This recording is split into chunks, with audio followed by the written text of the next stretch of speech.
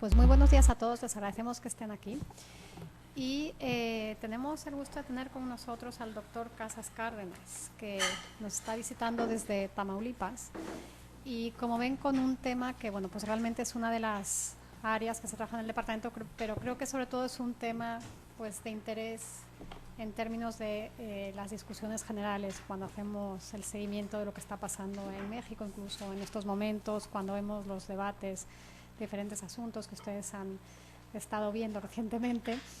Y un poco esta presentación del libro creo que inicia una especie de ciclo en que vamos a estar tratando de incorporar a las discusiones del COLEF a otras universidades del país, a otros investigadores que bueno, pues realmente están cada uno desde su trinchera, no sé si es la palabra más adecuada, pero de alguna manera tratando de generar estas redes de intercambio, estas redes de información que tenemos que construir para poder entender fenómenos más amplios como el que se está discutiendo en este libro. Para nosotros realmente es un gusto tenerlo por acá y querría agradecer particularmente al doctor Vicente Sánchez su colaboración para poder, bueno, pues, llevar a cabo todas las etapas previas de contacto y de ubicación de los temas para el departamento.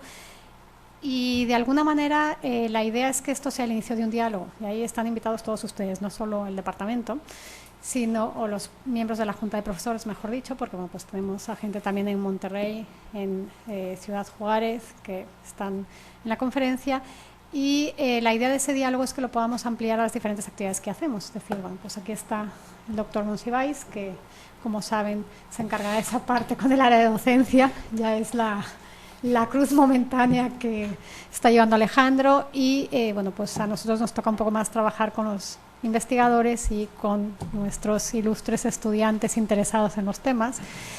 Me gustaría que viesen la plática un poco en dos dimensiones. Creo que, bueno, pues tenemos en primer lugar una comparación internacional que creo que viene muy al hilo de lo que se está discutiendo en estos momentos en la institución, de cómo trabajamos la idea de fronteras, que tanto la idea de fronteras y de sistemas diferentes es vigente, cómo la abordamos, qué implica en términos de los análisis que hacemos. Y efectivamente estos estudios comparativos nos dan muchos instrumentos. Y la otra parte que me gustaría que se pudiese recuperar de la conferencia, estoy segura de que se va a hacer, es bueno, pues revisar instrumentos y visiones que se tienen sobre esta cuestión de la participación ciudadana en la democracia, que como ustedes saben es uno de los temas, bueno, pues centrales en las discusiones de cómo estamos trabajando desde el ámbito del sistema político, pero incluso para los que estamos más en la parte de gobernanza que en la parte del sistema político del departamento, cómo eso va bajando y modelando otras lógicas, otras estructuras, incluso lo que nosotros trabajamos como el desarrollo del país en un momento dado. Entonces creo que nos da, bueno, pues de alguna manera una serie de elementos para poder tener una reflexión, como les digo, en varios ámbitos, desde las cuestiones de impacto de esta participación ciudadana en lo que serían las estructuras en las que nos estamos moviendo, hasta esta cuestión de la comparación, los estudios comparativos. Y ahora me gustaría decirles dos, tres breves cosas sobre el doctor Ernesto Casas. Es doctor en Teoría Política, Teoría Democrática y Administración Pública por la Universidad Autónoma de Madrid. Entonces ahí me da mucho gusto, yo también soy egresada de la Universidad Autónoma de Madrid, entonces ahí hay un lazo de alguna manera. Y tiene un diploma de estudios avanzados en ciencia política y de la administración por el Departamento de Ciencias Políticas y Relaciones Internacionales de la UAM. Ha publicado diferentes trabajos, entonces bueno, pues la lista es extensa, tampoco les voy a leer toda la lista, pero creo que lo que es muy importante aquí es que las líneas fundamentales de investigación son la teoría de la democracia, la participación ciudadana y la comunicación política. Y en este sentido, con esta base, es responsable técnico de una red regional de investigación en seguridad pública y desarrollo social, que está apoyada por fondos mixtos de CONACYT y el Gobierno de Tamaulipas. Ustedes saben que, bueno, cada vez más los temas de seguridad pública se están vinculando con aspectos de desarrollo social y aspectos más estructurales, y que en gran medida tienen mucho que ver con estas bases de formas de participación y de no exclusión de ciertos sectores de la sociedad. Entonces, bueno, pues yo sin más preámbulos le daría la palabra al doctor para que nos haga, pues primero, una presentación del libro, de la intención del libro, de lo que él considera el corazón de la publicación, y después al doctor Monsiváis para que nos siga los comentarios. Muchas gracias. Buenos días a todas y a todos ustedes. Muchas gracias por su tiempo, por su disposición.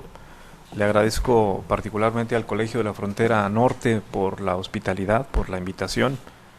Y en ese sentido quiero agradecer a la doctora Sara Martínez Pellegrini, directora del Departamento de Estudios de Administración Pública. Muchas gracias, Sara, por tu gentileza, por el tiempo que le dedicas a esta reflexión. Al doctor Alejandro Monsiváis Carrillo, director del posgrado. Igual, Alejandro, muchas gracias por el tiempo que le has dedicado de lectura a esta obra y por los comentarios que me harás favor de hacer a la obra. Y bueno, efectivamente reiterarle mi agradecimiento a Vicente Sánchez Munguía, al doctor Vicente Sánchez. Te digo Vicente porque ustedes sabrán que además de ser colegas, pues ya somos amigos, y él nos hace un gran favor con ser prácticamente ya ahora mismo profesor visitante, vamos a llamarle, por si le queremos encontrar alguna denominación, en la Universidad Autónoma de Tamaulipas. Él se hace cargo ya de alguna cátedra ya en el posgrado, en el doctorado de Administración Pública. Entonces, ya prácticamente lo consideramos también de casa. Y gracias a todos ustedes, insisto, por estar acá. Trataré de ser lo más breve porque seguramente, como ha dicho Sara, comparto con ella, lo más rico que podamos tener acá será la reflexión que hagamos de manera colectiva, el diálogo, la conversación que podamos establecer entre los que estamos acá. Entonces, para no dar más vueltas, voy a darle lectura a algunas cuartillas que traigo ahora mismo. Intentaré hacerlo lo más fluido, insisto, pero para en aras de no dispersarme, prefiero hacerlo de esta manera. Bueno, miren ustedes, la investigación que les presento tuvo como objetivo inicial analizar desde el ámbito de la teoría la implicación del sujeto en los asuntos de gobierno a través de los diferentes modelos de democracia que a la fecha se han cristalizado en el mundo occidental. En un segundo momento, analizar de manera empírica los alcances del modelo participativo implementado en España y en México, tanto a nivel nacional como local. Ya más adelante les diré por qué España y por qué México, para finalmente desarrollar un planteamiento normativo en torno a la perspectiva del modelo deliberativo desde la democracia. En cuanto a los aspectos metodológicos de la investigación, de inicio cabe destacar la intención de inscribirla en la tesitura de la teoría política.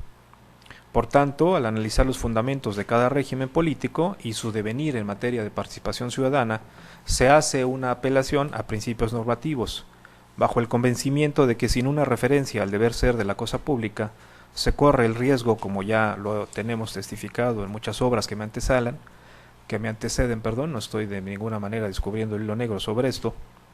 Digo yo, se corre el riesgo de caer en un pragmatismo utilitarista que poco aporta al entendimiento del fenómeno de estudio. Asimismo, les reitero que se trata de un estudio comparado entre España y México.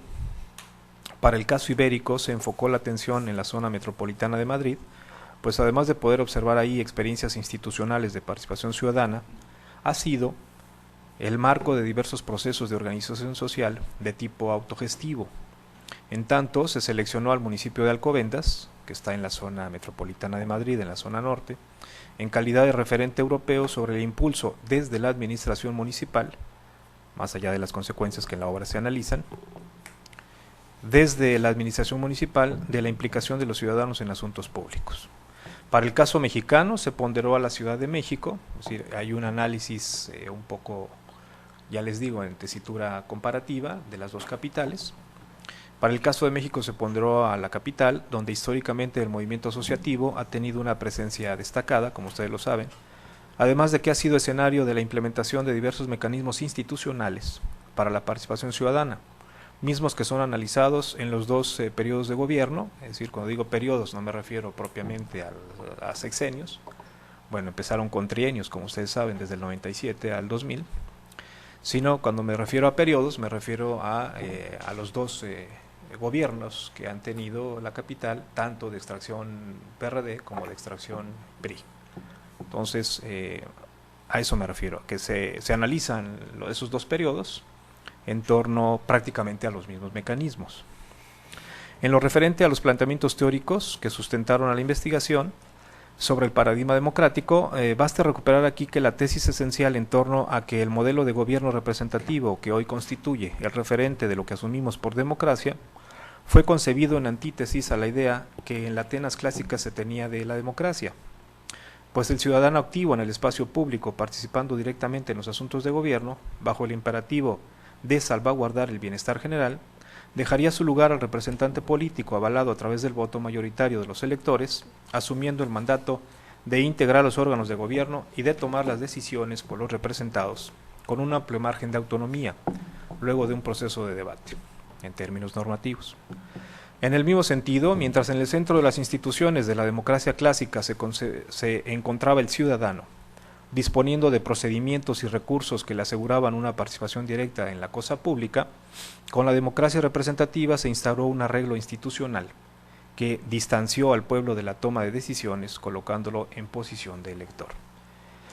Cabe decir entonces que a las virtudes del modelo de democracia liberal, como el establecimiento del gobierno de leyes, la disposición de vías institucionales para optar frente a diferentes proyectos políticos, la instauración de foros depositarios de la soberanía popular para la conciliación de intereses en conflicto, así como la protección de derechos civiles, políticos y sociales del individuo, entre otras, en forma paralela, le fue propia de origen una lógica de exclusión, manifiesta en diferentes ámbitos de acción social, particularmente en la esfera de gobierno, donde los representados solo podrían apelar al mecanismo del voto para evaluar a posterior el desempeño de quienes actuarían en su nombre. Todo esto que acabo de decir, estoy claro que es ampliamente conocido por ustedes, estoy simplemente intentando decirles de dónde se parte, de qué idea se parte para emprender el análisis empírico. Entonces, de cara a este diseño institucional que trasciende hasta nuestros días, desde hace varias décadas, como ustedes saben, se ha venido desarrollando un replanteamiento teórico sobre la presencia del sujeto en el espacio público, que ha propiciado la implementación de múltiples ejercicios de participación ciudadana en diferentes países, bajo el imperativo, países y regiones, y a nivel local desde luego, bajo el imperativo de garantizar un grado mayor de intervención directa de los ciudadanos en la construcción, ejecución y evaluación de las decisiones de gobierno. Como se intenta destacar en la obra, es imprescindible precisar que el objetivo básico del modelo participativo no es sustituir al de la representación política, en el entendido de que la responsabilidad en la toma de decisiones debe seguir siendo exigible a los representantes políticos por diversos medios, además del voto.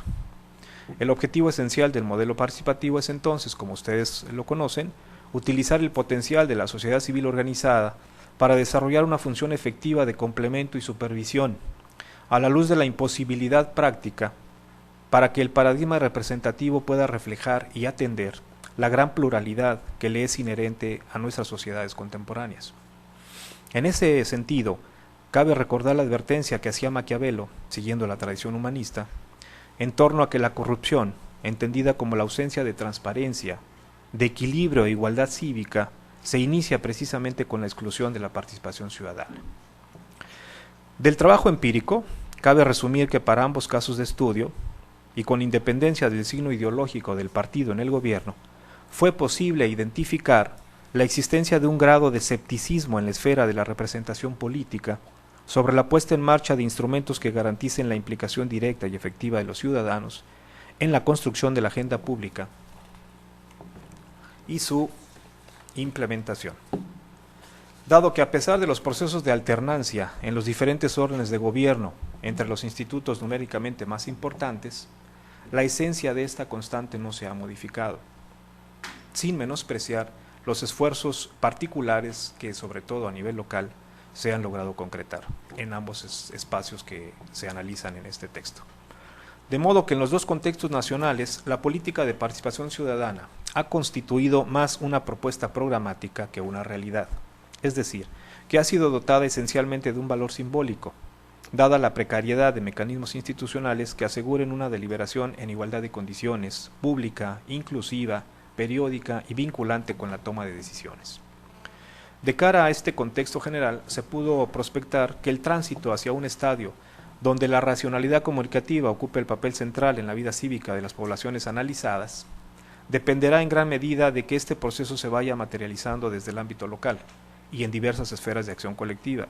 De ahí la propuesta que se hace de instituir a la deliberación como un nuevo derecho político de todos los ciudadanos, con todas las implicaciones que de ello derivarían.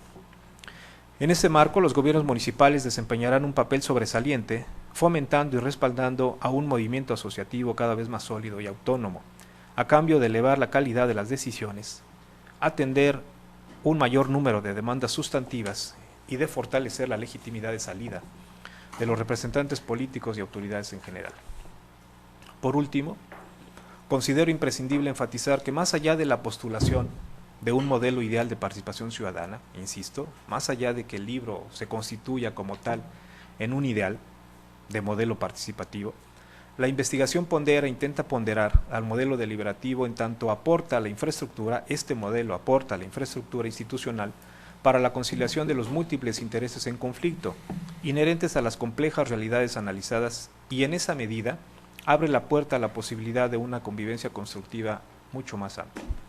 De ahí otra propuesta que asimismo se hace en el texto en torno a la implementación de lo que denomino como referéndum de agenda vinculante, con el cual, además de poder desbloquear los desacuerdos entre los legisladores en torno a problemas que pudieran ser relevantes para una entidad federativa e incluso para un país, se le restituiría al pueblo el derecho de intervenir directamente en la definición de las prioridades sociales, sin menoscabo, reitero, de la vigencia del modelo representativo. Esperando haberles entusiasmado con estos comentarios a la lectura del libro, les agradezco mucho de su tiempo y les reitero mi disposición a debatir esta propuesta académica. Muchas gracias.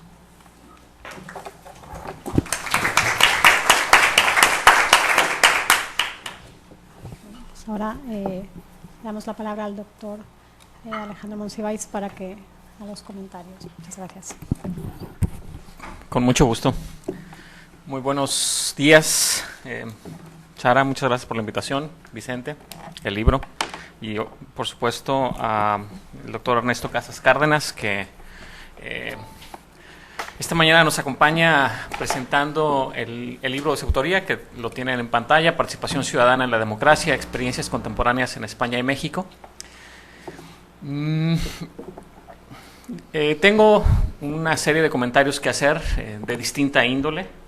En primera instancia, todos son celebratorios. Quiero señalar de entrada que se trata de una obra excepcional en varios sentidos, y lo iré comentando paulatinamente. Tal vez una de las razones por las cuales yo quiero enfatizar la excepcionalidad de este trabajo es empezando por resaltar la importancia de que se presente un trabajo como este aquí en el Colegio de la Frontera Norte. Es una apertura sin duda bienvenida, sin duda un precedente que espero siga teniendo continuidad, porque se trata de una incursión que hacemos, que el doctor Ernesto Casas, que en el DEAP se está promoviendo, en temas que habitualmente son tratados más de manera tangencial y no tienen un lugar central en las discusiones que tenemos aquí en el COLEF. No es que en otros lugares tengan un lugar central, pero sí están un poco más presentes en otros espacios en México o en América Latina, en otras culturas académicas. ¿En qué reside una de las razones de que yo considere este libro como una aportación muy sobresaliente? Se trata, ante todo, de un libro de teoría política. Tal vez cuando nosotros nos acercamos a la literatura de la teoría política, nos imaginamos alguna biblioteca llena de libros encuadernados en pastadura, de autores remotos en el tiempo que nos hablan de cuestiones constitucionales, legales, de utopías, de un tanto experimentos mentales sobre el Estado, sobre la sociedad y ese tipo de cosas. Sin duda que ese es el acervo, el pensamiento político tiene una larga historia en la filosofía, en el pensamiento, en la cultura.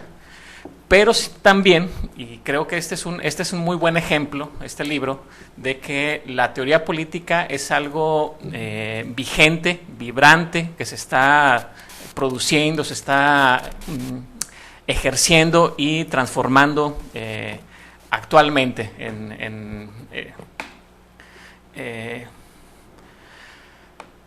la teoría política es una disciplina que ocupa una posición ambigua en las ciencias sociales.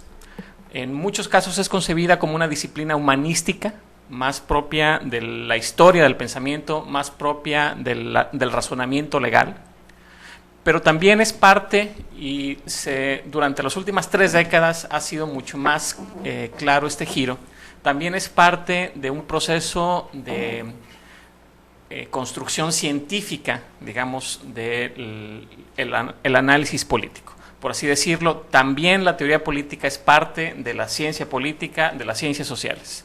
¿En qué medida es parte de las ciencias sociales la teoría política? ¿En qué medida ya no es simplemente un ejercicio un tanto propio de gente que tiene tiempo para dedicarse a cosas poco aplicadas y poco conectadas con el mundo real? Bueno, lo es desde el momento en que muchos problemas colectivos, problemas sociales, problemas públicos están intrínsecamente ligados, estrechamente relacionados con definir qué es lo correcto, qué es lo justo, qué es lo apropiado de hacer en determinadas circunstancias. La teoría política es una reflexión sobre los valores que están vigentes en la sociedad, sobre los valores que deberían regir a las sociedades, a la organización de los ciudadanos, del sistema político, de las instituciones de gobierno. ¿Y por qué es una reflexión sobre estos valores? Hay una razón muy simple: no hay consenso sobre valores en las sociedades actuales.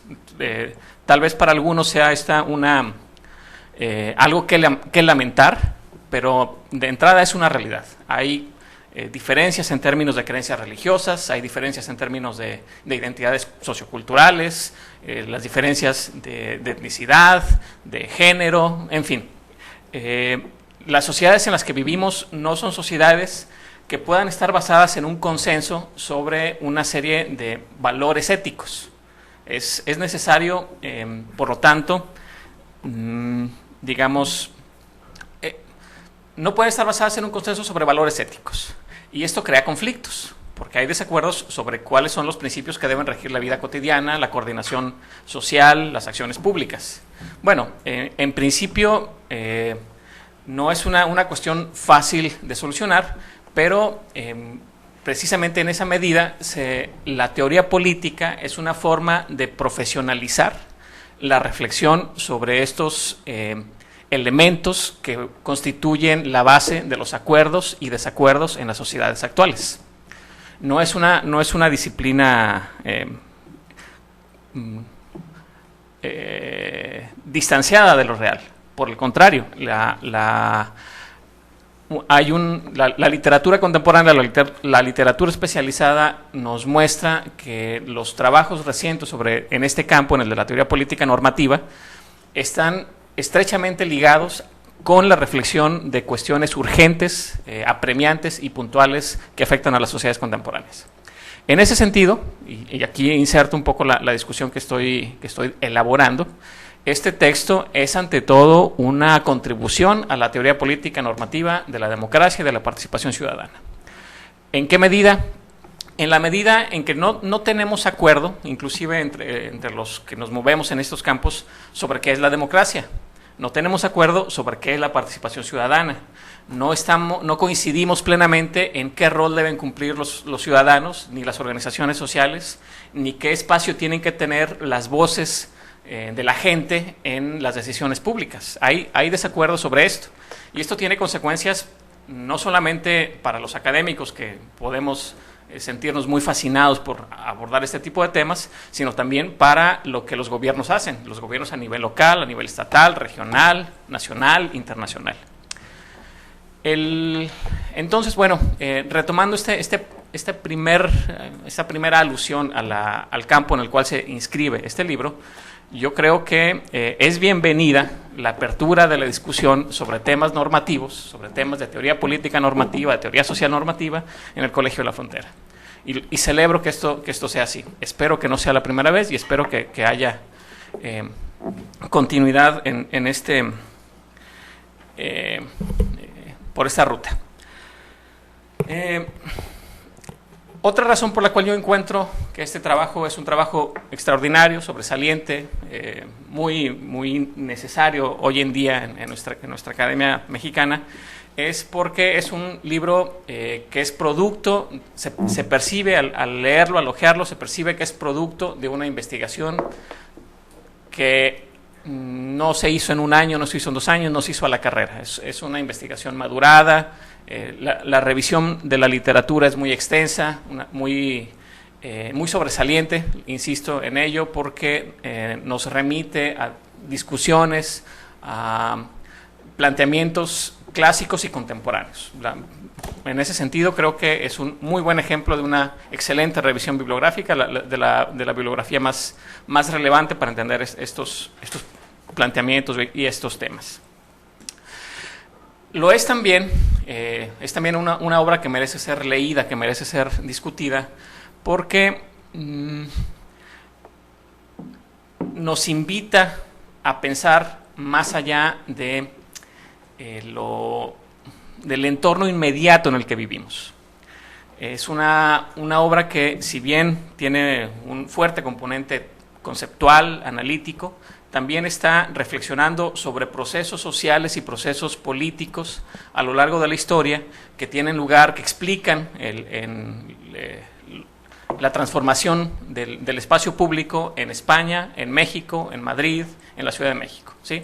Es una obra ambiciosa en ese sentido, y creo que también es importante subrayar, aquí lo hago enfáticamente, que en el colegio discutamos cuestiones que trascienden lo meramente local o lo meramente regional, que no tiene una perspectiva comparada a nivel internacional. No es un alegato en contra de los estudios muy localizados, sí es un alegato en contra de los estudios monográficos sobre espacios y regiones que no están vistos desde la perspectiva en comparación con otras regiones. En ese sentido, también me parece que hay que enfatizar esto, no dejo de celebrarlo, que nos invite a imaginarnos o a leernos en otras escalas. Estoy siendo muy elogioso, sin duda. Creo que el texto lo amerita.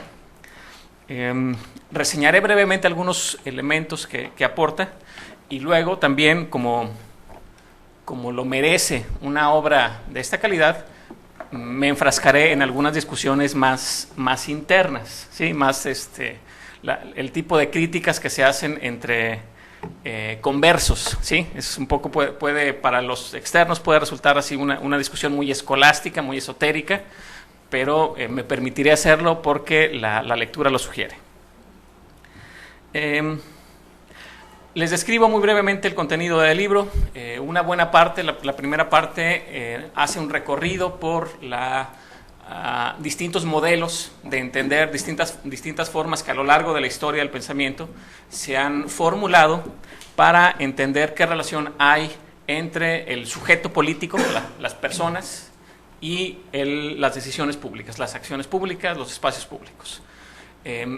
Un referente indispensable en esta obra y en general en el campo es un poco el pelearse con el liberalismo, porque digamos que el liberalismo es la filosofía política que nos sitúa en una concepción moderna del ciudadano, de las instituciones, del gobierno, de la legalidad, pero al mismo tiempo tiene deficiencias, tiene vacíos, tiene implicaciones que han motivado discusiones muy productivas.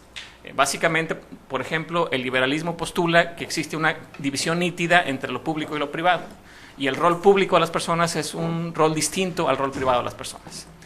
Esta distinción omite formas de ejercer el poder, de relaciones de poder, que están situadas en la vida privada y que en tanto están situadas en la vida privada, para el liberalismo no es necesario que se tematicen. Es, por ejemplo, el tema de la discriminación laboral o el tema de las diferencias de género, etc. Entonces, bueno, lo pongo como ejemplo simplemente para referirnos de manera general a este diálogo que se da con esta filosofía política.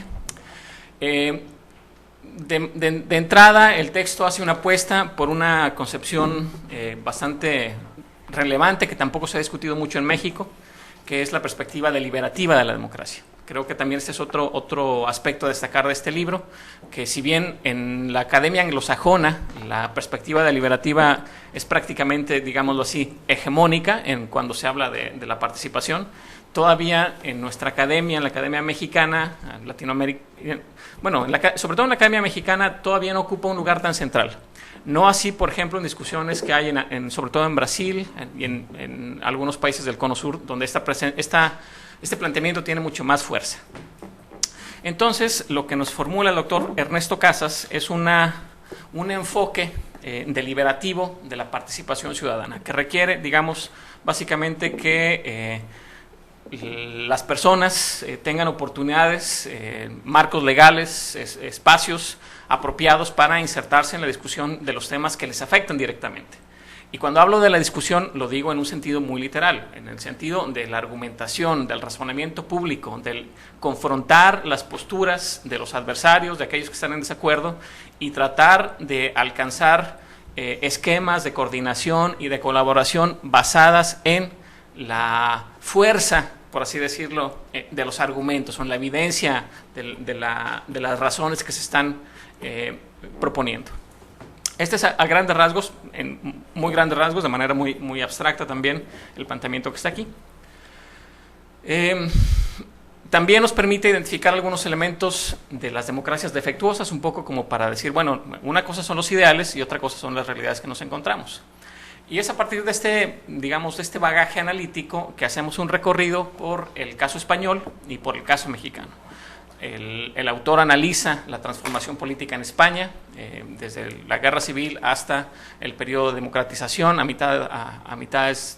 la segunda mitad de los años 70, la creación de la Constitución española, el breve y fallido intento de golpe de Estado que tuvo lugar a principios de los 80, y luego el periodo posterior de los 80 a la época actual, en el cual, digamos, se normaliza la democracia en España. También está presente una reflexión en el mismo sentido sobre el caso mexicano, desde la época del Porfiriato, pasando por el periodo del régimen priista, los viejos y buenos tiempos que ya están volviendo, que nunca se fueron, y digamos a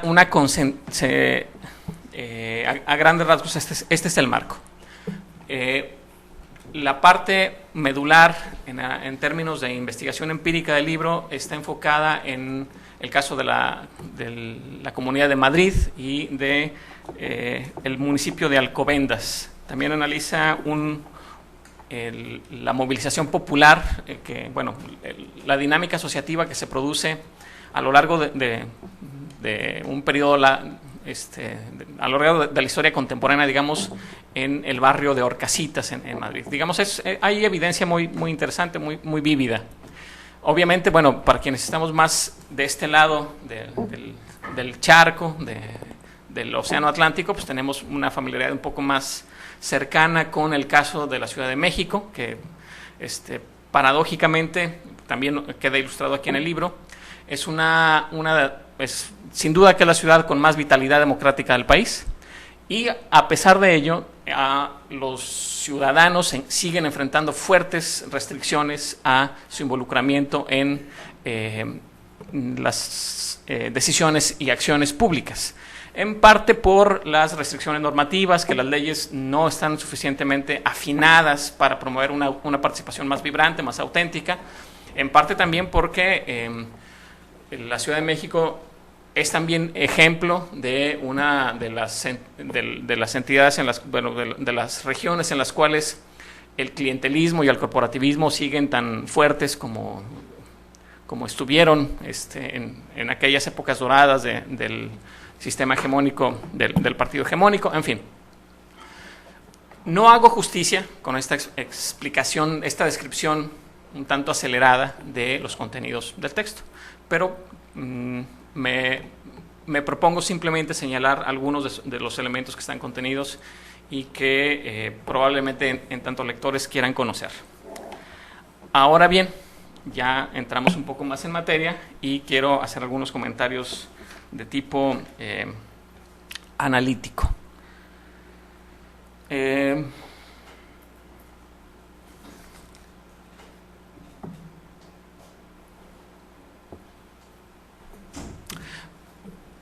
A grandes rasgos, lo que quiero hacer es hacer un par de reflexiones que espero inviten al doctor Ernesto Casas a hacernos una exposición más detallada de sus planteamientos y de sus argumentos. Creo que vale la pena escucharlo en ese sentido. Mi postura como académico al leer este texto es la siguiente. Comparto la perspectiva, comparto los hallazgos, pero tengo desacuerdos con ciertos elementos del análisis y ciertas implicaciones normativas. De entrada,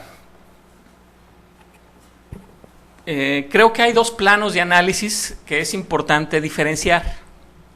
Está el plano del análisis normativo y está el plano del análisis empírico. En el plano del análisis normativo es donde yo encuentro las mayores fortalezas del libro, porque tiene un desarrollo, como ya mencionaba, de un análisis bibliográfico bastante extenso y es bastante claro también son bastante claros los planteamientos centrales. Inclusive el razonamiento que viene en el último capítulo del libro es un razonamiento fundamentalmente normativo. El libro concluye después de un análisis empírico con un capítulo de análisis normativo. Entonces uno entiende hacia dónde va dirigida la discusión. Por otra parte, el análisis empírico es más propiamente no un terreno de filósofos ni de teóricos, sino es un campo en el cual con el cual estamos más familiarizados, donde uno habla de datos y habla de variables y habla de observaciones y habla de esto y de aquello. Bueno, a mí me parece que ambos campos es muy pertinente, es indispensable y necesario tratar de hacer investigaciones que hagan un diálogo intensivo entre estos dos campos o estas dos formas de investigación. Pero también creo que eso implica que uno tiene que estar dispuesto a medirse con los estándares con los que se mide cada uno de esos campos, lo cual no es nada fácil, digamos, por eso no es tan común encontrar obras ambiciosas en este sentido, porque de pronto uno es más fuerte en la teoría, en la revisión analítica, y hay quienes son más fuertes para el análisis empírico. Concretamente,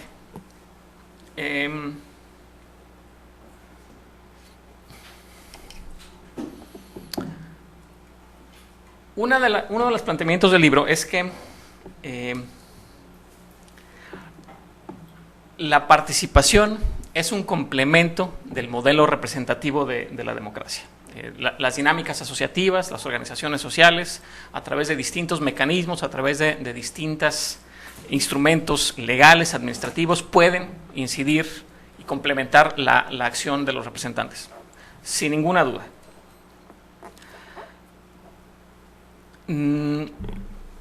También son dos planteamientos que voy a mencionar. El texto hace referencia a, digamos, el ascenso de la participación ciudadana de lo local hacia lo nacional. Quiero inclusive citar un párrafo. Me voy a permitir tomarme un minuto para hacerlo.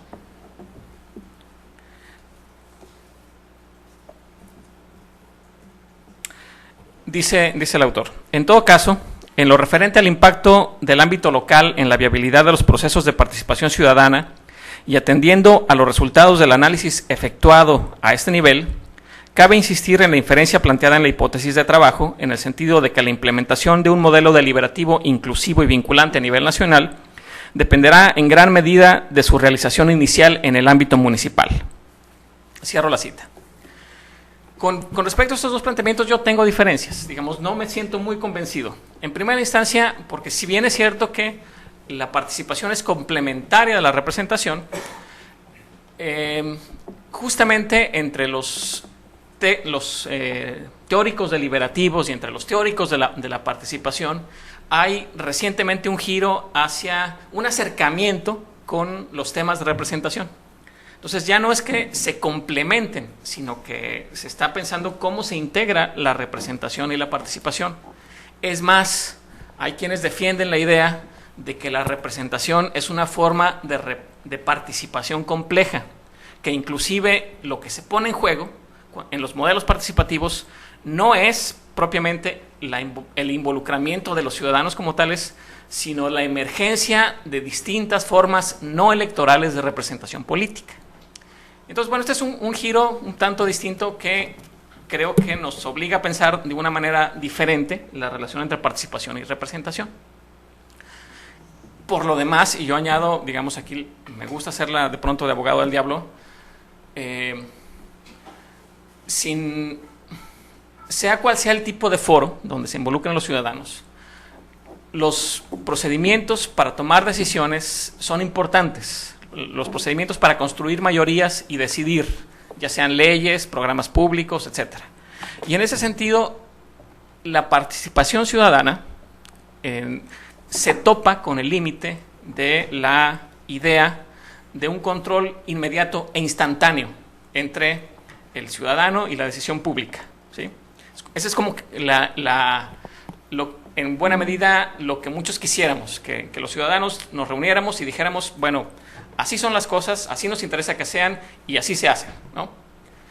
Esta, digamos, inmediatez entre la participación ciudadana y la decisión pública y colectiva, creo que no es del todo convincente. El proceso político requiere tiempo y requiere evaluación y requiere acción. ¿En qué sentido?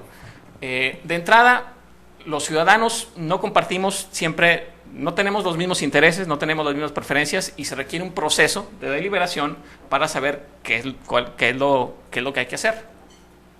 Las decisiones son técnicamente complejas, no todos podemos participar en todas las discusiones. Se requiere también una especie de diferenciación según los campos de profesionalización y de expertise de las personas. Se requiere además también se requiere formar equipos para decidir, ¿no? De alguna manera, los partidos políticos, esa cosa tan desprestigiada, son una solución a este problema de acción colectiva. Los partidos políticos son una especie de equipos que supuestamente deben funcionar en torno a planes de acción y de programas de política pública. No lo hacen. Pero si no lo hacen los partidos políticos, tampoco es necesario o tampoco es claro por qué los ciudadanos sí lo van a hacer en tanto calidad de ciudadanos, ¿sí? En suma, mi objeción es en este sentido, o no es una objeción, es una invitación a seguir reflexionando. Los problemas de construcción de agenda, de elaboración de propuestas de política y de configuración de mayorías que gobiernan están presentes en el modelo representativo y en todo modelo participativo. Entonces creo que el reto ahora es caminar hacia allá, hacia cómo entendemos desde la perspectiva liberal, desde la perspectiva radical, desde cualquier perspectiva, cómo enfrentar estos dilemas de acción pública, ¿sí? O sea, los problemas de acción pública están ahí y si bien es cierto que es necesario abrir a la participación, esto no nos soluciona estos dilemas.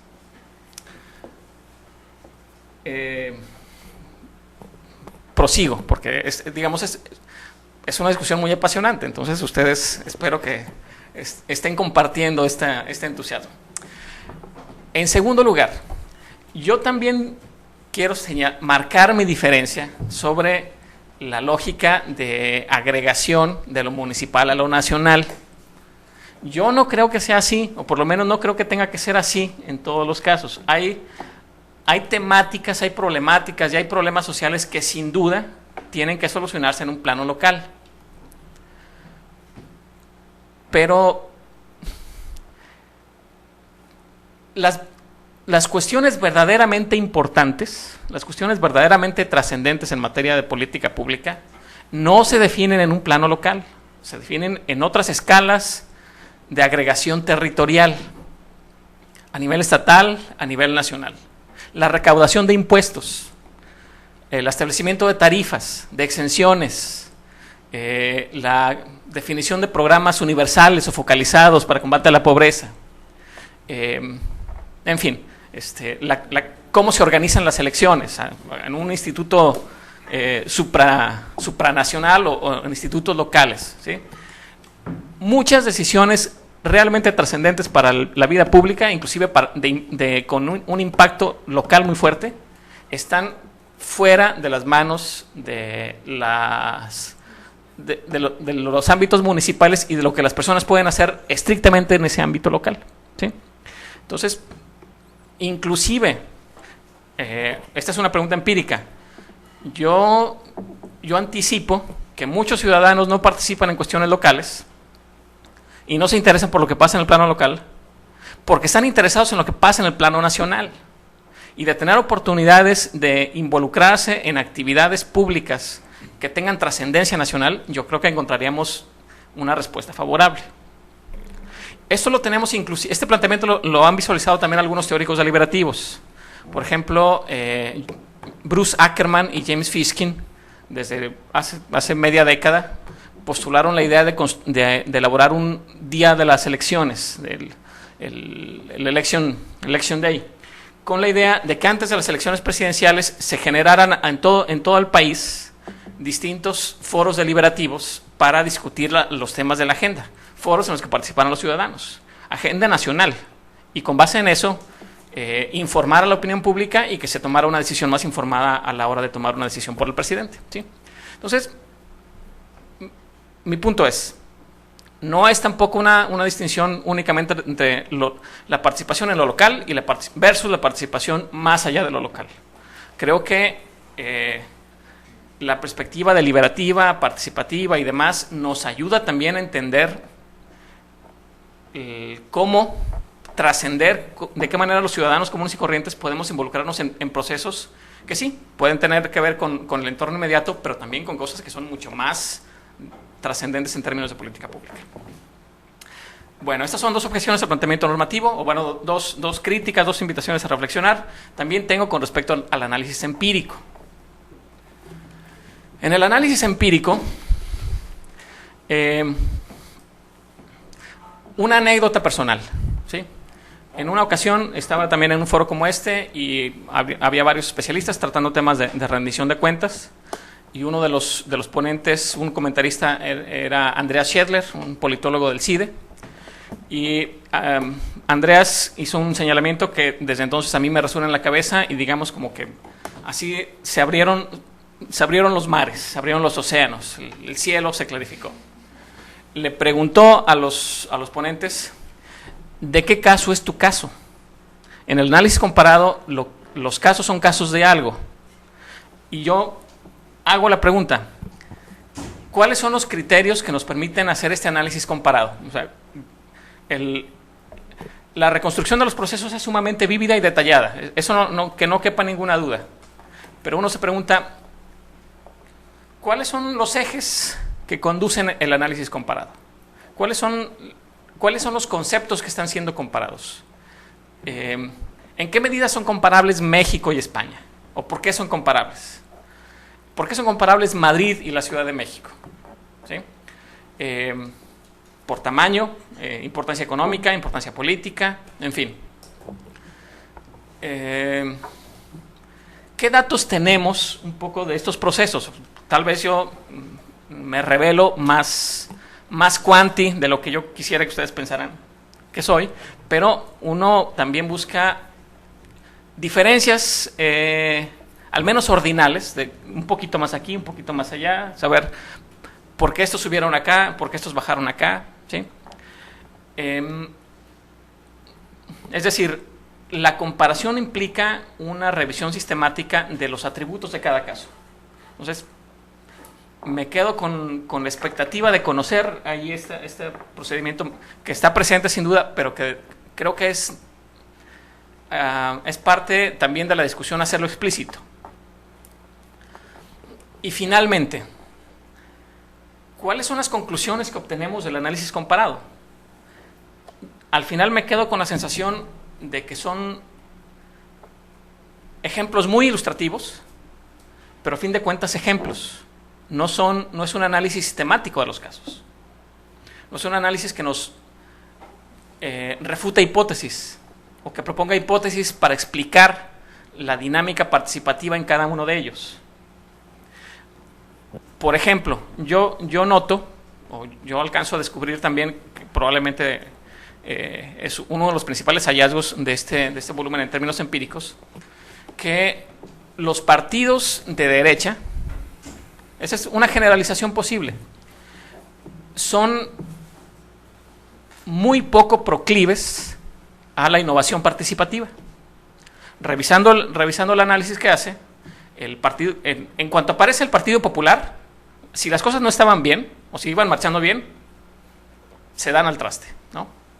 Entonces, ahí hay lo que parece ser una clara relación entre partido, ideología y consecuencias participativas.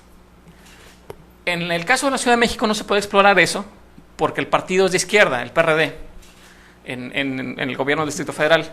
Y no es que sea muy proclive a la participación democrática, pero por lo menos es afín a este tipo de cuestiones. Entonces, de pronto sí se percibe, sobre todo en las delegaciones y en uno de los casos que analiza, que hay esfuerzos en ese sentido. Pero ¿qué pasaría si analizáramos delegaciones del PAN? Los panistas también tienen algunas innovaciones por ahí medio participativas, los miércoles ciudadanos y ese tipo de cosas, que valdría la pena, digamos, examinarlos con detalle. Entonces, resumo esta reflexión en este sentido. Creo que vale la pena explorar varios planteamientos analíticos que se desprenden del propio análisis, de la propia revisión de cada caso empírico, que podría echarnos luz sobre los factores políticos, las variables políticas que están relacionadas con los contextos y los atributos de las organizaciones, los partidos, las instituciones, que nos explican que en ambos casos, a grandes rasgos, la participación es muy incipiente. O sea, no hay esfuerzos normativos, legales, administrativos, pero como que no alcanza a cuajar ni en España ni en México. ¿Por qué? Esa es una respuesta empírica. Entonces, bueno, creo que me he tomado cierto tiempo, pero concluyo enfatizando lo siguiente. Estas observaciones que hago, las hago en un plano de pares, digamos que no hay mejor justicia, a mí me parece, y así esperaría que se trataran mis trabajos. La auténtica cortesía con un académico es tratar sus estudios con mucho rigor. Entonces, bueno, creo que este texto lo merece. Muchas gracias.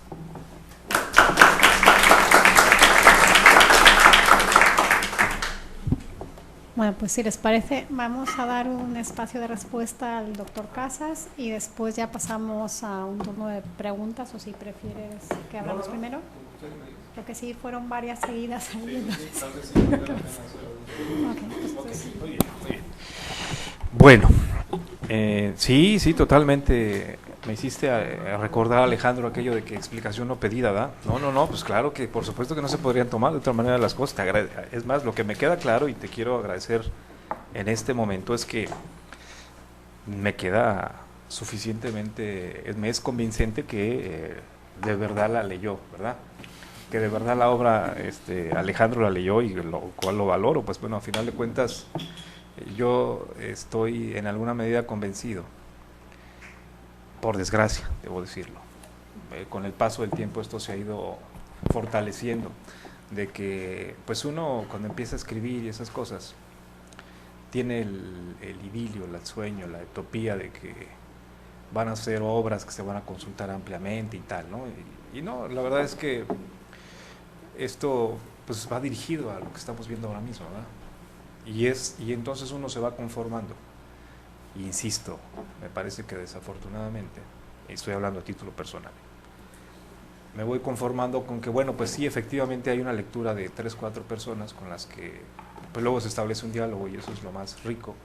Pero bueno, me parece que en la medida en que esas 3 o 4 personas con las que realmente se establece un diálogo, en la medida en que eso se vaya socializando, pues se cumple uno de los objetivos que desde mi perspectiva, por los que tiene que pasar el proceso deliberativo, porque es la misma historia en alguna medida.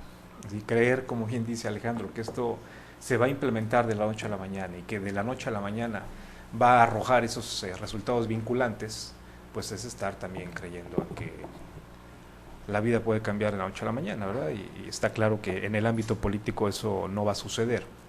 E incluso esto me permite, salvo la mejor decisión de ustedes, pero como la voz la tengo yo, entonces ahora pues ya la decisión la acabo de tomar yo. Entonces esto me va a permitir alterar el orden de los comentarios de Alejandro, porque esto me mete en la perspectiva de lo inmediato, de la inmediatez, de los resultados, ¿no? de lo que uno podría esperar, de los ejercicios participativos. Entonces, no, definitivamente no. Si eso se derivó de mi escritura, lo lamento, porque no es ni con mucho, esa es la idea. Si hay algo que es normativo dentro del planteamiento del modelo deliberativo, pues es que la litis, como dirían nuestros amigos los abogados, es decir, la materia es una materia endógena. Se parte de ese principio, de que si para algo debiera servir un proceso participativo y más aún un proceso deliberativo, que no son lo mismo, pues debiera ser precisamente para la construcción de esas decisiones. No es la cuestión de lo que vemos ahora mismo, por ejemplo, en lo que está pasando en el Distrito Federal.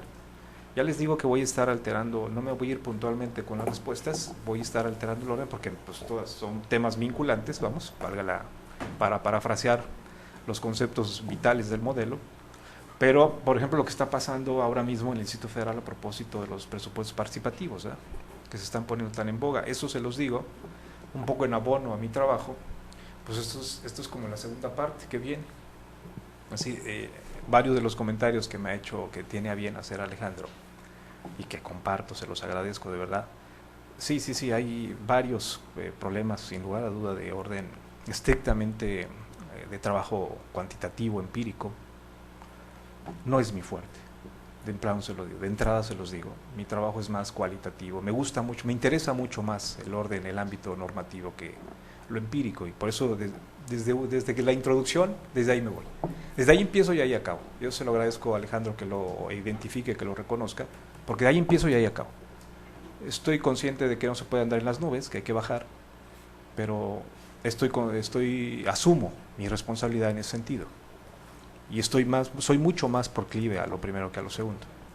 Entonces, sí, el otro orden, reconozco abiertamente todas las limitaciones que tiene, y un poco saldando esa parte, porque no es la primera vez que me lo comentan, es que viene una segunda parte. Por eso les decía, estoy trabajando ahora mismo como parte de un proyecto de investigación, lo que está sucediendo, ya les digo, en cuanto a los denominados presupuestos participativos en el Distrito Federal. Y es un trabajo ya netamente empírico lo que estamos haciendo ahí. Y incluso se los digo, me estoy auxiliando de otras personas, porque sí, cojeo de esta parte, me estoy auxiliando de gente que me está ayudando, que está más especializada en esta cuestión, manejo de datos, etcétera. Y nos estamos metiendo en eso, intentando sí clarificar de entrada, lo contesto a la pregunta de Alejandro, intentando clarificar con mucha mayor precisión, porque aunque según yo está enunciado ahí, me queda claro que no está suficientemente expresado y luego presentado, es decir, también a lo mejor ahí hay un problema de mi parte, pero sí especificando las variables, cuáles son las variables, el análisis comparativo de variables, cuáles son los indicadores, en fin, en cuanto al análisis cuantitativo. Entonces, seguramente el año que entra, si la vida me lo permite, y si ustedes son tan amables de volver a caer en la trampa, pues a lo mejor otra vez me aparezco por acá y les platico cómo va esa historia del trabajo empírico a propósito de los presupuestos participativos en el Distrito Federal, porque ustedes ya no me dejarán mentir, ahora mismo ya se presenta otra vez como la panacea, ¿no? Cuando se habla del modelo participativo, ya PRD y compañía, y no se diga el gobierno local, pues ya está hablando, ¿no? A ver, para todos los críticos que dicen que no se hace nada, pues ojo, porque aquí ya llevamos varios ejercicios y se está haciendo tal y tal. A lo mejor por lo que les acabo de decir ya de entrada, dirán, bueno, es que ya de entrada estás diciendo un poco cuál es tu perspectiva. Pues sí, efectivamente, lo veo con muchas reservas. Si quieren ustedes un pequeño adelanto, pues sí, son ejercicios que los veo con muchas reservas, que tengo muchas reservas sobre ellos, pero bueno, no les platico más sobre esa película porque la que estamos viendo es otra. Entonces, es un poco sobre lo que comentaba Alejandro sobre lo empírico, ¿no? Es decir, sí se habla de criterios, de por qué se compara, por qué se intentó comparar la ciudad de Madrid con la Ciudad de México. Un poco les diría que, y además confesándole en charla de casa, entre amigos, entre colegas, se los digo abiertamente, yo estaba viviendo allá. Me interesa mucho el tema de la participación ciudadana, me interesa porque desde mis primeras juventudes me impliqué de manera directa en procesos de movimientos asociativos, cívicos, vamos, ¿no? Empíricamente lo conozco, lo he vivido, he sido parte de, en mi vida, en mi estancia en el Distrito Federal, ¿no? En mi residencia en el Distrito Federal. Entonces tengo muchos años, participé durante muchos años, e incluso les puedo decir específicamente el movimiento estudiantil, por ejemplo el 86, yo fui parte de, con eso les digo todo, es decir, me impliqué de manera muy directa. Los conozco teórico y empíricamente lo que pasa ahí. Y luego estando en España, cursando este doctorado, por azares de la vida, insisto otra vez, resulta que me voy a vivir, por recomendación, porque yo ni siquiera no tenía ni idea, bueno, pues yo les pregunté ya a los amigos, sugiéreme dónde debo vivir para estar más o menos cerca de la Autónoma de Madrid, para que no me quede tan lejos. Pues vete a vivir o a Tres Cantos, o vete a vivir a Colmenar Viejo, o vete a Alcobendas. Y tocó, por presupuesto y por todo, pues que íbamos a Alcobendas, ¿no? Y cuando estoy ahí, pues de entrada me entero que pues todo el antecedente que tenía Alcobendas y lo que estaba haciendo desde una perspectiva meramente institucional, ojo, insisto. Entonces, total, cuando me di cuenta ya estaba yo registrado en los consejos de estos ciudadanos y yo ya también formaba parte como residente me empecé a implicar otra vez, entonces fui actor otra vez, investigador participativo, vamos, ¿no? Un poquito ahí con la categoría esta de Rojas Soriano, ¿no? Es decir, yo era parte intentando, expresamente se los dije a todos los organizadores y a quienes manejaban el proceso, si yo estoy haciendo esto en términos académicos, además de que vivo y voy a intentar participar pero me interesa el análisis académico. Total, no les hago más historia. Eso un poco, entonces dije, bueno, pues a mí me gustaría, voy a intentar, con todos los riesgos que implica, voy a intentar ver qué constantes puedo encontrar en ambos escenarios. La historia política de ambos tiene sus puntos de encuentro, que no se los platico más, pues si no, pues ya no van a querer leer la hora, pues ya se las platicamos todas. Entonces, ahí, según yo, y mi directora de tesis y el colegio de dirección de este trabajo, se encontraron puntos que valían la pena explorar, que ajustaban, vamos a dar un análisis comparativo.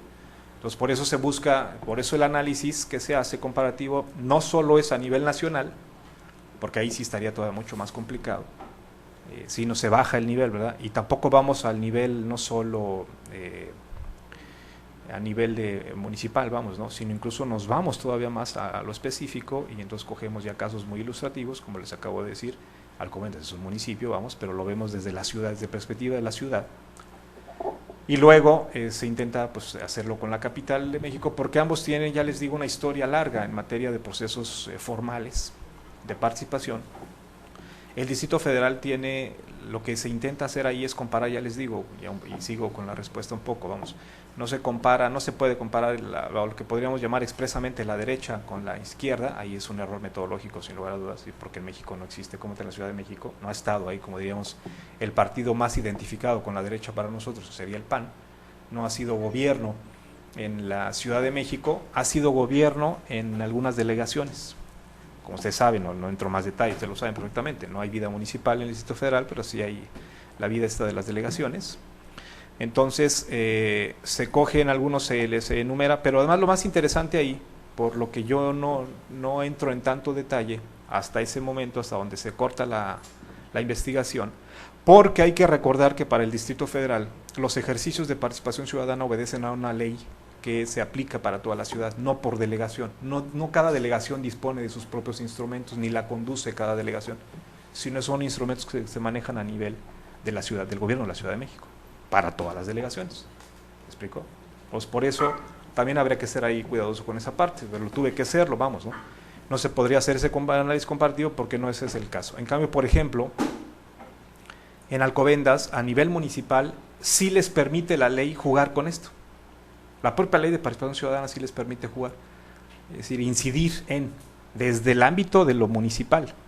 Y ahí sí se pudo tomar la comparación, como ya decía Alejandro, de cuando estuvo el PSOE, el Partido Socialista Obrero Español, y cuando estuvo ahora que ahora mismo sigue el Partido Popular gobernando en Alcobendas.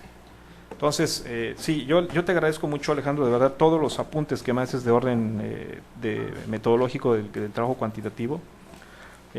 Dices tú, las conclusiones del análisis comparado, pues también otra vez, según yo, se quedaron ahí algunas, seguramente no he sido suficientemente claro, ya que te llama la atención, debe ser.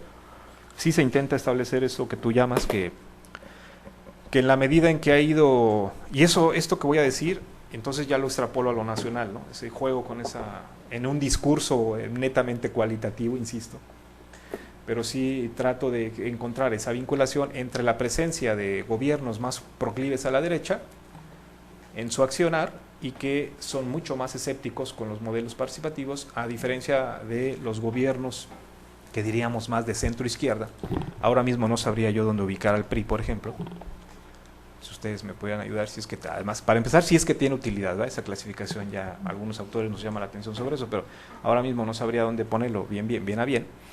Pero en su momento, cuando fueron gobierno, por designación, no por elección, cuando fueron gobierno en el Distrito Federal, durante prácticamente toda la historia del siglo XX, pues ellos impulsaron una serie de mecanismos que están ahí en el libro, vamos, y se intenta más o menos ver cuál fue el resultado de eso. Entonces, bueno, eso es por esa parte. Por lo que tiene que ver con lo que tiene que ver más con lo ámbito, que si debería de empezar, como yo planteo, que el proceso debería caminar de lo local a lo nacional, ¿no? Mira, lo que sucede ahí, Alejandro, y es un poco la reflexión macro que estoy haciendo, mirando tanto lo que ha sucedido en España como lo que ha sucedido en México. El proceso de cambio, de transformación política en México no se dio de lo nacional a lo local. ¿Okay? Fue un proceso al revés, fue a la inversa. El proceso político se construyó, el proceso de cambio se construyó desde lo local hacia lo nacional. Me refiero al proceso, ojo, estoy hablando del proceso. Me queda clarísimo, eso que le agradezco a Alejandro que lo puntualice, yo más o menos lo conozco. Los ámbitos de competencia, las atribuciones, las facultades de los gobiernos municipales son muy limitadas. ¿Sí? Es más, una de las críticas que se hace en el trabajo pues es eso, que si se ponen a discutir, y ya me pongo a adelantarles lo de los presupuestos participativos, porque pues si me dicen que ¿qué decide usted? ¿Qué le parece prioritario? ¿Si le pavimento o no le pavimento en la calle? Oiga, pero pues ¿cómo me pregunta eso? Pues usted pues hay que pavimentarla y punto, ¿no? Oiga, ¿qué le parece si iluminamos mejor cada 3 calles y esto lo iluminamos? Esto no lo dejamos para después, porque además es el 3% del presupuesto lo que se puede usar. Pues bueno, pues ilumine usted la calle y se acabó, ¿no? Bien con lo que les quiero decir. Me queda claro que el alcance del gobierno local es muy limitado. Pero lo que estoy hablando es del impulso del proceso. Ha tenido en México, al igual que en España, ha tenido una lógica más desde lo local a lo nacional que de lo nacional a lo local. Me parece que los incentivos institucionales para que el proceso camine a la inversa, es decir, de lo nacional a lo local, no existen. Son muy endebles, son muy superficiales. Hay más incentivos para que las cosas sigan igual, como están, a que las cosas se impulsen desde que el cambio vaya de lo nacional a lo local, insisto. Entonces, a eso me refiero. No es tanto a los contenidos, sí, eso me queda clarísimo que no tendría futuro, ¿no? Es decir, a mí lo local, dices tú entonces la pregunta, ¿verdad? Dices, yo me hago la pregunta, lo local, ¿esperas que pase entonces que de lo nacional bajar a lo local? Yo te diría, no encuentro realmente en términos legales, ahora mismo no encuentro esos incentivos que posibilitarían que los partidos políticos impulsaran esto de lo nacional a lo local. Las leyes de participación ciudadana, por ejemplo, en el ámbito del Distrito Federal, han sido más producto de la presión del endeble movimiento asociativo local que de una voluntad genuina de los partidos. Tan es así que a la fecha no hay un solo mecanismo que nosotros podamos reconocer, aparte de estos presupuestos participativos, que por eso es el motivo de análisis que ya les platico, no hay otro mecanismo que propiamente nosotros pudiéramos decir, este ha sido el tal, ¿no? Este es el que con el que la población se identifica por los resultados y tal. Cuando estuvo ahí López Obrador, ya ven que estuvo la figura esta del plebiscito, y la ley armaba y condicionó a que solo se podía convocar uno al año. Entonces, él se encargó de convocarlos. ¿Un plebiscito al año? Así es. Entonces él se encargó de convocarlos. Además, quien lo podía convocar era él, ¿eh? Ojo, el gobierno. Segundo, él se encargó de convocarlo, entonces ya, el espacio se llenó, y más allá, insisto, de los temas, de la legitimidad, no estoy hablando de la legitimidad de los temas, ese es otro tema, esa es otra discusión. Estoy hablando del proceso, insisto, estoy hablando de los procesos. Esto me lleva un poco a la reflexión, se las adelanto un poco, vamos, si a alguien le interesa mi punto de vista al respecto. Esto es como alguien me dijo alguna vez, oiga, pero es que, ¿por qué insiste usted tanto en todas estas cosas? Pues el ciudadano ni quiere participar, hombre. Me invitaron a presentar el texto a la Asamblea Legislativa ahora del Distrito Federal. Y me dijo por ahí un legislador del PRD, aunque usted no lo crea. Oiga, pero si la gente ni quiere participar, hombre, ¿por qué insisten tanto en el tema? Si nosotros ya impulsamos, tenemos ley de participación, desde el estatuto, la ley, ya lo que tenemos que hacer ya lo hicimos. Y lo que yo le decía entonces en esa ocasión, que me permito compartirles a ustedes, es que la lógica no es esa. No estamos, yo no estoy en la discusión de los contenidos. Yo estoy en la discusión de la obligación que tiene, desde mi punto de vista normativo, la obligación que debiera tener la autoridad de prever las bases, la estructura normativa, jurídica, para que esto pueda ser posible. Ya si el ciudadano lo quiere usar o no lo quiere usar es otra historia, yo no estoy en esa discusión. Yo estoy en la discusión en que la autoridad tiene la obligación de garantizar que este derecho se pueda ejercer. De lo contrario, pues sigue como muchos derechos en nuestro país, ¿verdad? Están expresados en la ley y pues qué bueno, vamos a ver cuándo se ejercen. O vamos a ver bajo qué procedimientos es posible ejercerlo. Finalmente, es que Alejandro ha hecho una serie de comentarios, me puedo quedar aquí toda la mañana y ya los voy a cansar, me vas a disculpar que no vaya de manera puntual, sobre todo estoy intentando más o menos comentar algunas cosas, pero ya finalmente me quiero meter un poquito a la discusión esto del complemento entre lo participativo y lo deliberativo, ¿no? Perdón, entre lo representativo y lo participativo. Y es que también ahí hay toda una discusión, es una discusión teórica. Hay autores que están convencidos de que esto debiera pensarse como dos modelos incluso opuestos, ¿no? Que en esencia lo son, en alguna medida en esencia lo son, se parten de principios diferentes, de origen, ¿verdad? Pero yo, es decir, no entro todavía, no me siento con la capacidad para entrar a ese debate, y entonces le doy vuelta, un poquito le rehuyo, pero en lo que sí quiero entrar, en lo que sí intento entrar en la obra y en lo que sigo, es en que, y también fue uno de los comentarios ahí de los señores representantes en la asamblea que les digo, oiga, pero es que usted lo que quiere es suplantar, me dijo los del PAN, pues que lo que usted no tiene claro todavía, es increíble que un académico no lo tenga claro, así me lo decía, es increíble que usted no lo tenga claro, lo que usted está haciendo, lo que usted está planteando es suplantar, la voluntad popular. La voluntad ya nos dio su confianza, ya expresó quién quiere que le represente. Y usted quiere todavía implicarlos en un proceso para el que el ciudadano no está llamado, el modelo no está para eso. La representación es eso, si no se le olvide a usted. Bueno, entonces, esto vamos, ¿por qué se los traigo a esta discusión? Efectivamente, es decir, la revocación del mandato y la imposibilidad de las decisiones vinculantes son los dos ejes fundamentales, ¿verdad? Que son los dos pilares, son las dos columnas del modelo representativo. Eso lo tengo suficientemente claro. La cuestión está precisamente cómo le hacemos desde mi punto de vista, y esa es la discusión normativa, cómo le hacemos para intentar solventar la gran cantidad, y eso es expresión mía, de déficits que ha ido acumulando el modelo deliberativo, el modelo representativo, a la fecha. ¿Sí? Porque alguien me dijo también, oiga, y eso está escrito, no me dejan mentir, ustedes lo han leído infinidad de veces, se los aseguro.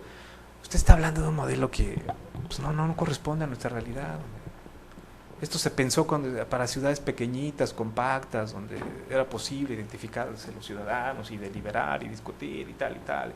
No, nuestras sociedades son otras. Y bajo ese frente a ese argumento les digo lo mismo. Si no se les olvide que el modelo representativo fue pensado también para una realidad diferente a la donde estamos parados ahora. Muy diferente a donde estamos parados ahora. Es imposible, en los hechos lo estamos viendo, es imposible que el modelo representativo pueda recoger la pluralidad, la diversidad, la complejidad de nuestras sociedades contemporáneas. No lo hace, de hecho, no lo hace. Porque no está pensado para esto tampoco. Entonces, no estoy descubriendo el hilo negro, estoy intentando recuperar, como lo intentan muchos autores antes que yo, por supuesto, la discusión es esa, la discusión teórica es esa. ¿De qué manera podríamos recuperar y bajo qué condiciones algunos aspectos que puedan solventar los problemas de representatividad que tiene, por ejemplo, el modelo representativo, valga el juego de palabras, ¿no? ¿De qué manera solventamos esos problemas de decisiones, de la calidad de las decisiones? El problema de legitimidad incluso de los representantes. Entonces, me parece que son 3 ejes básicos en los que este tipo de ejercicios participativos podrían incidir en solventar esos déficits. ¿Y qué decir del monopolio que hoy por hoy tienen los partidos políticos sobre la vida política local y nacional, ¿no? Más allá de la figura, la figura como tal, insisto, me parece que no es la discusión. Lo que está a discusión es qué ha pasado con los partidos políticos en casos concretos, ¿verdad? En casos específicos. Cómo se conducen, quiénes se conducen, etcétera. Hay un desequilibrio evidente entre la vida interna de los partidos y lo que institucionalmente se ha avanzado hacia el exterior, en cuanto a su competencia y tal y tal. Hay un evidente desequilibrio entre una cosa y otra. Es decir, como trayendo un poco un proverbio popular, ¿verdad? Son oscuridad de su casa y candil de la calle, ¿no? De afuera vamos muy bien, ¿verdad? Pero de adentro, que las cosas, hay institutos que literalmente siguen siendo casas, clubs de familia, ¿no? Y ustedes lo saben perfectamente. Entonces, esa es la cuestión de lo que está a discusión. Entonces, en casos concretos, eso es lo que ahora, la tarea en la que yo sigo empeñado es en esa, ¿no? Seguir bajando lo teórico y en casos concretos, ¿qué pasa, por ejemplo, con los partidos políticos en la Ciudad de México? No tenemos partidos locales. Los partidos que compiten en el ámbito local en México, salvo algunas excepciones a nivel nacional, pero son los denominados partidos nacionales, ¿no? Y hay un juego de élites ahí, interesantísimo, un juego de élites y de partidos entre yo te presto la membresía para que participe tal élite, ¿verdad? A cambio de que después tú me dejes incidir en el lugar donde tienes presencia y tal, pero no son partidos propiamente locales. En fin, es que esto daría para mucho más. Yo, si me lo permiten, hasta ahí he intentado más o menos retomar la discusión, que te agradezco mucho, Alejandro, que abras. Y bueno, pues si se quiere dar la palabra. A ver, ahora sí, preguntas, comentarios. ¿Sí? Marcos, por favor. Doctor Marco Reyes, también del Departamento de Estudios Administrativos. Gracias. Pues quiero felicitar al autor del libro con la publicación de la obra, y también felicitar a Alejandro por este análisis tan crítico que acaba de hacer. Me hubiera gustado que fuera mi profesor de teoría política. Yo pensaría, bueno, se analizan 2 casos bajo cierta perspectiva, pero si lo pudiéramos orientar los análisis en la perspectiva de la construcción de la democracia. Pensemos en la democracia como un movimiento, un proceso que evoluciona de algún modo, de manera lineal, por saltos o por olas, o como podamos verlo. ¿Qué nos dejan estas 2 experiencias? Hay avances en cada país, en cada experiencia, que nos permita decir, bueno, sí está avanzando la democracia hacia algún punto o de alguna forma, pero también qué problemas nos permite descubrir o hacer evidente el análisis de los casos, problemas que enfrente la democracia en su proceso de construcción. Esas serían mis 2 preguntas. Gracias. La doctora Claudia Coutinho, del Departamento de Estudios Culturales. Buenos días. Bien, Cuando vi el título del texto me pareció muy interesante y no esperaría yo un análisis comparativo, creo, al menos cuando la vi. También mi impresión fue pensar que ya ahora sí se estaba tomando la perspectiva del ciudadano, que siempre ha sido uno de mis objetivos de investigación, es realmente voltear a ver la mirada del ciudadano, ¿no? Entonces, ahorita que escuché al autor y a Alejandro, quizá mi sensación es que no sé si se tomó la perspectiva del ciudadano. Eso por una parte. Y se me hace interesante observar el proceso de cambio que se va a dar de un modelo representativo a un modelo deliberativo y compararlo, pero mi pregunta más precisa, para ser muy concreta, es ¿cuáles fueron las circunstancias que te llevan a identificar que el modelo representativo no está funcionando o está funcionando y en qué medida, con lo mismo que se marcó, y que te lleva a proponer que un modelo deliberativo es el que mejoraría? Sé que un valor entendido es que no está funcionando la representación, de algunas circunstancias, se han tomado algunas encuestas, se han visto encuestas a ciudadanos, ¿no? No la apoyan, etcétera, etcétera. Pero si tú, en tu investigación, que esta es una investigación, sí tiene no he leído el libro, pero lo que escuché es que sí hace falta, y lo que yo te quería preguntar, ¿qué instrumentos utilizaste para la recopilación de información empírica? Eso es lo que me llamaría mucho la atención. ¿Cómo te acercaste tú a observar que esta representación no estaba funcionando y hay que proponer un modelo deliberativo? Ahora, un país súper importantísimo y que tendría que estar aquí es Brasil. Brasil lleva un avance en los presupuestos participativos muy fuerte, entonces sería una parte en la siguiente investigación, quizá lo vas a tomar, no sé, pero sí será algo muy interesante. Entonces, a mí me gustaría esa pregunta, ¿no? Saber qué fue lo que te motiva a ti a hacer la investigación, y me supongo que es tu investigación doctoral, convertida en libro, al menos lo que se escuché, y partir de cuál fue tu planteamiento, ¿no?, de problema para poder llegar a esto. Una tercera pregunta, maestra Carmen Gavilanes, Departamento de Estudios de Administración Pública. Gracias. Es una reflexión en relación a el formato de su presentación, y en donde entiendo que los dos ejes centrales a donde hay que dirigir la atención es a la representatividad y a la participación. Bueno, mi reflexión es sobre el hecho de que yo como ciudadana observo a través de las noticias, de lo que se lee en los periódicos, de lo que se ve en internet, esos espacios deliberativos que pueden llegar a ser pobres, pero pueden llegar a ser muy interesantes en términos de las ideas y de la comodidad con la que escribe la gente cuando hay redes sociales que hablan de Yo Soy 132 o de Los Indignados. No sé si Los Indignados tengan una representación en Horcasitas o en no lo tengo claro, pero en México es muy interesante ver cómo hay una desconexión hay una conexión entre los discursos que están por allí medio en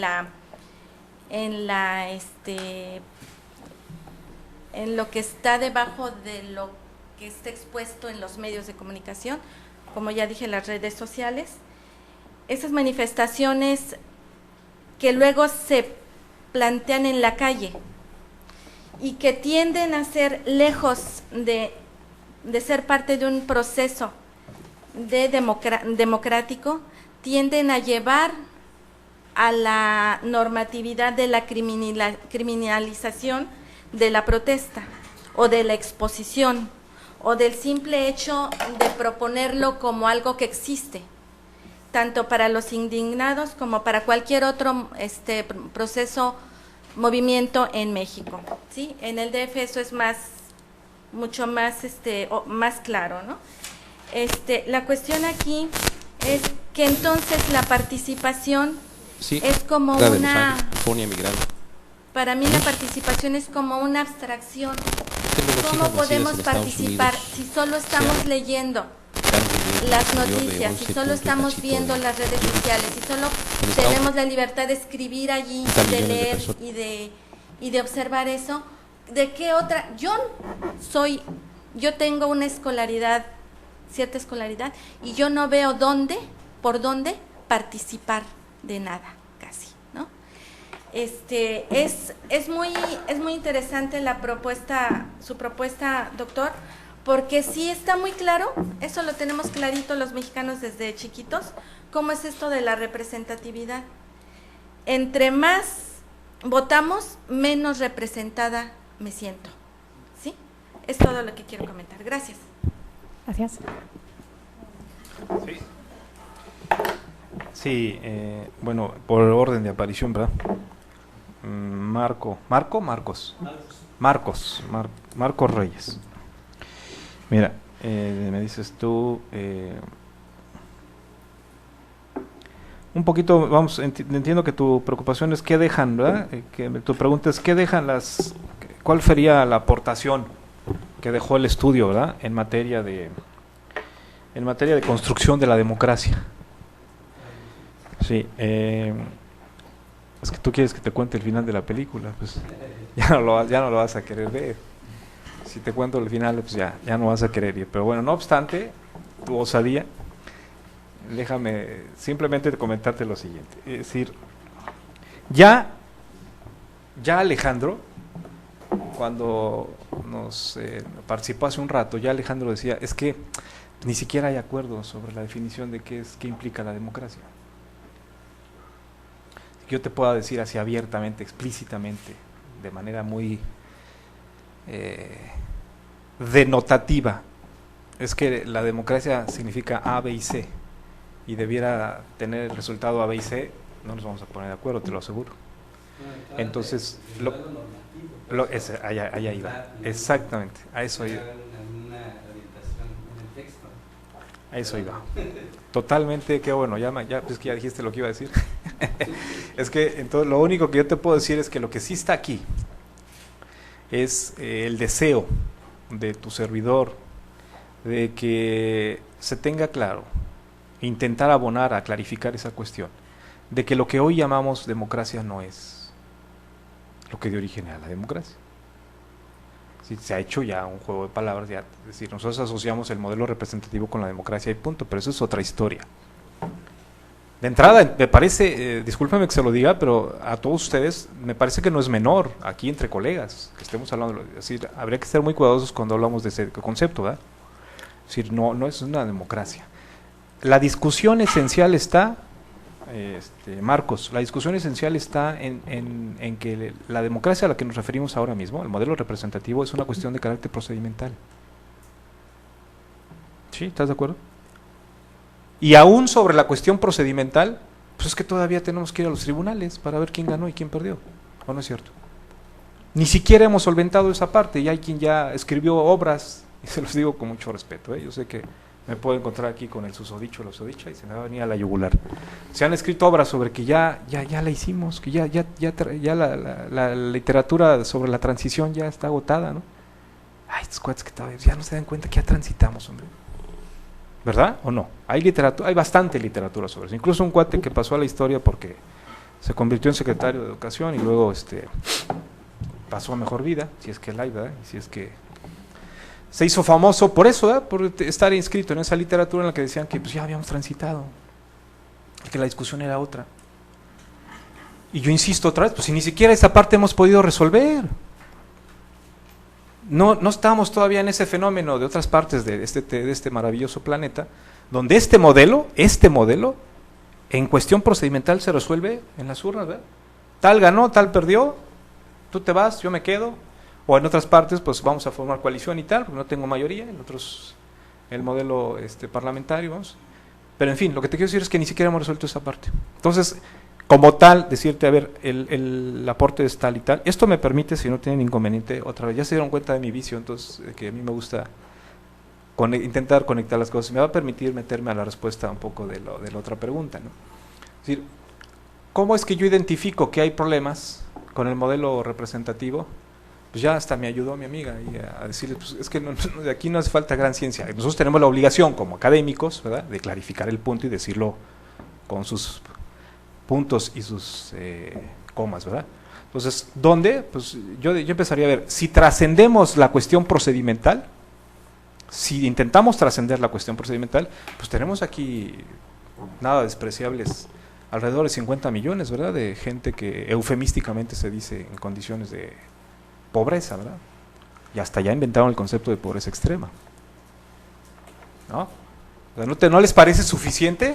O si quieren, vamos más a detalle, ¿verdad? Si hubiera dudas de que si el modelo está funcionando o no. Más allá de lo procedimental, insisto, que ni siquiera hemos resuelto esa parte. Pero si le vamos más a fondo, pues ya te digo, ¿no? En lo que hace, como desde la perspectiva republicana, vamos, ¿no? No viéndolo solo como un medio, sino como un fin, diríamos, bueno, pues este fin no está cumpliendo su objetivo. O salvo que sea el objetivo. Por eso, pues permítanme que me siga echando ahí florecitas y échenle un ojo al texto, por favor. Por eso inicio, la discusión empieza ahí por eso. Porque entonces, ¿qué queremos del modelo? Si damos por hecho, como lo dice Manin, por ejemplo, pues que el modelo tenía de origen esa perspectiva, no le podemos estar pidiendo peras al olmo. Es que de origen el modelo como tal y el mecanismo de selección de las élites, pues se quería eso era lo que pretendía. ¿Por qué creemos, por qué estamos esperando que las cosas sean diferentes si de origen el modelo sirve para eso? Fue pensado para eso y eso es lo que sigue dando. Y es lo que tenemos ahora mismo. Es seguir esperando. Si ustedes, no, cuando digo ustedes me refiero a la otra perspectiva, ¿no?, que está ahí en la discusión. Si están creyendo que el modelo va a dar otra cosa, pues le podemos seguir ahí poniendo, quitando, y que si es una cuestión de porcentajes y tal, y que si la fórmula, eso no nos va a resolver ese problema. Yo diría, ¿por qué no? Pues porque ahí es en la discusión que se inscribe el libro de origen, porque el modelo no fue pensado para otra cosa más que para eso. Entonces, es decir, de origen ya, discúlpame, de origen Carmen, ¿verdad? Perdón, Claudia, de origen Claudia, ya está, yo intento partir de esa premisa. Es que el modelo va a dar eso. El modelo representativo no es un problema, ya lo decía entonces Claudia, ya lo decía, es que no es un problema tú dijiste representatividad. No es un problema. El problema de representatividad es una de las consecuencias de. El modelo representativo tiene problemas de representatividad. ¿Estás de acuerdo? O sea, la discusión es así en esos términos. Ese es otro déficit enorme. Ya lo está diciendo y suena muy empírico, ¿verdad? Suena muy subjetivo, suena muy a mi experiencia, como lo dijiste tú, ¿verdad?, que yo lo comparto, pero suena a eso. No, pues yo desde que nací me siento que no me representan tal y tal. No, la realidad de las cosas es que yo tampoco doy por hecho varias cosas, porque es un texto, también debo decirlo, debo reconocerlo, tampoco es un texto no fue pensado, no está escrito, y lo asumo, pues para que lo lea, no es un texto de primaria, no es un texto recomendado para estudiantes de educación primaria y secundaria. Yo aquí doy varios supuestos, cometo tal vez ese error también. Doy varios supuestos como que quien lo va a leer más o menos, pues está escrito para el ámbito universitario. Entonces doy por hecho también que se entiende que cuando parto de los déficits a los que no entro en lujo de detalle, pues es que están ahí porque hay análisis previos donde yo ya no me meto, pero ya doy por hecho, hay análisis sobre los partidos en México, N número de análisis teóricos y empíricos sobre partidos políticos, donde está demostrado, fehacientemente demostrado, los problemas de representatividad que tienen los partidos, su vida interna de los partidos poco democrática, etcétera. Hoy por hoy nos hemos acostumbrado, por la vía de los hechos, a creer que el modelo representativo es igual a partidos políticos. Como que nos cuesta mucho trabajo, ¿no? Y eso se les pasará a ustedes en la cátedra, en la clase, con los alumnos, ¿no? No es cierto, de origen no estaba así planteado, ¿eh? Ustedes lo saben, de origen los partidos no estaban ahí. Y sin embargo hoy nos parece impensable tal, ¿verdad?, pensar en el modelo de la representación sin los partidos. Pero los partidos, literalmente de ser un pegote, ahora resulta que es la esencia. Pero ¿y qué pasa con los partidos en México? Insisto, y no es una cuestión solo de México, el análisis es sobre México, pero insisto, ya están esos escritos, yo ya no entro en esa discusión, es lo que te quiero decir. Ya no me meto a esa discusión, la doy en alguna medida ya hecha, solventada, y yo me subo, si ustedes igual lo digo, me subo cómodamente al carro de lo que de los quienes desde mi perspectiva han demostrado que los partidos tienen grandes problemas de vida interna, democrática, de representatividad, ¿verdad?, de rendición de cuentas, en fin. Entonces, eso lo sigo sumando hoy por hoy a los déficits del modelo, ¿verdad?, más allá de lo estrictamente procedimental. Tenemos problemas en términos de la calidad de las decisiones. ¿Por qué tiene sentido esto de la discusión de la participación? Entre otras cosas, ¿verdad? Porque está claro que la toma de decisiones, en términos de calidad de las decisiones, pues sigue siendo tema de discusión. Hay muchos temas de carácter local que nos toca a nosotros vivirlo en lo inmediato, en donde nosotros creemos que las cosas se podrían hacer de otra forma. Pero ahí me mete entonces el otro punto que ustedes comentaron, ¿verdad? Decía Carmen un poco sobre lo de las redes sociales, ¿verdad? Decía, es una abstracción lo de la participación, ¿verdad?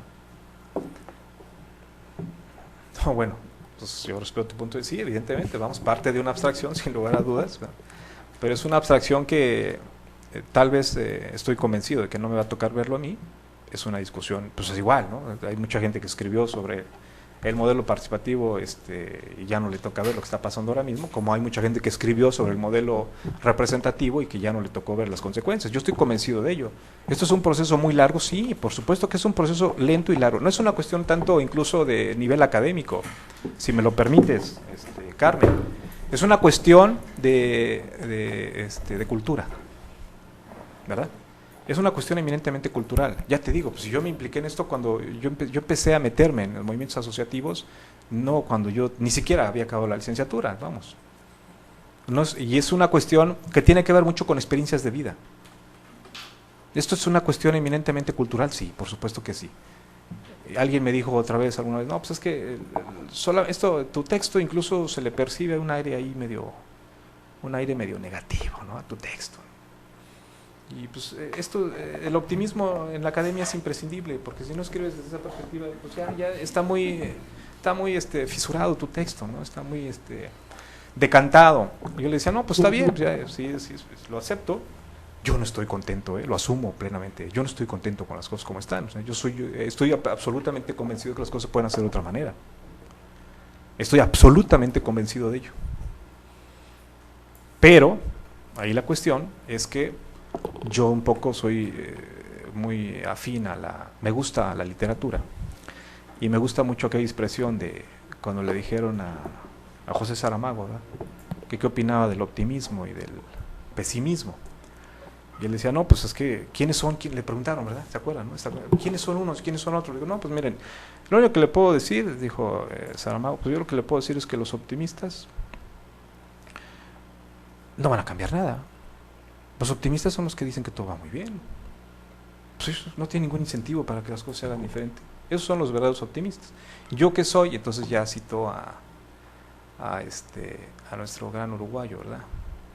Le dijo, entonces, acuérdense lo que decía Benedetti a propósito de los pesimistas, ¿verdad? A eso me atengo. Y no lo digo completo porque suena jactancia, y no es mi caso, no lo digo aplicado a mi persona.